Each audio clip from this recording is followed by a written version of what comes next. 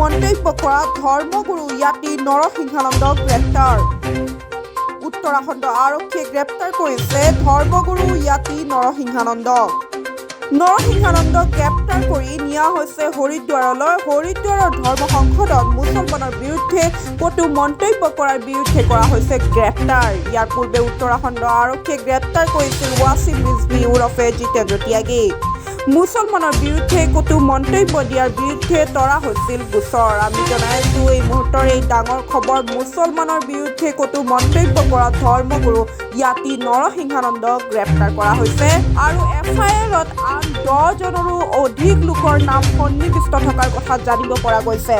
উচ্চতম ন্যায়ালয়ে 10 দিনৰ ভিতৰত তদন্ত কৰি প্ৰতিবেদন দিবলৈ নিৰ্দেশ দিছিল উত্তৰাখণ্ড চৰকাৰক আৰু তাৰ পিছতে ইজনৰ পিছত সিজনক ধৰিছে উত্তৰাখণ্ড আৰক্ষীয়ে। আমি জনাইছোঁ এই মুহূৰ্তৰ এই খবৰ, মুছলমানৰ বিৰুদ্ধে কটু মন্তব্য কৰা ধৰ্মগুৰু য়াতি নৰসিংহানন্দক গ্ৰেপ্তাৰ কৰিছে উত্তৰাখণ্ড আৰক্ষীয়ে। নৰসিংহানন্দক গ্ৰেপ্তাৰ কৰি নিয়া হৈছে হৰিদ্বাৰলৈ। হৰিদ্বাৰৰ ধৰ্ম সংসদত মুছলমানৰ বিৰুদ্ধে কটু মন্তব্য কৰাৰ বিৰুদ্ধে গ্ৰেপ্তাৰ কৰা হৈছে নৰসিংহানন্দক। ইয়াৰ পূৰ্বে উত্তৰাখণ্ড আৰক্ষীয়ে গ্ৰেপ্তাৰ কৰিছিল ৱাছিম ৰিজভি ওৰফে জিতেন্দ্ৰ ত্যাগীক।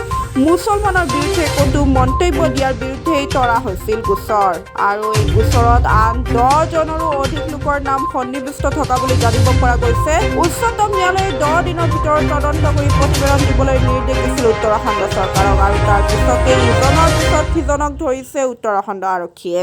আমি জনাইছোঁ এই মুহূৰ্তৰ এই খবৰ, মুছলমানৰ বিৰুদ্ধে কটু মন্তব্য কৰা ধৰ্মগুৰু য়াতি নৰসিংহানন্দক গ্ৰেপ্তাৰ কৰিছে উত্তৰাখণ্ড আৰক্ষীয়ে।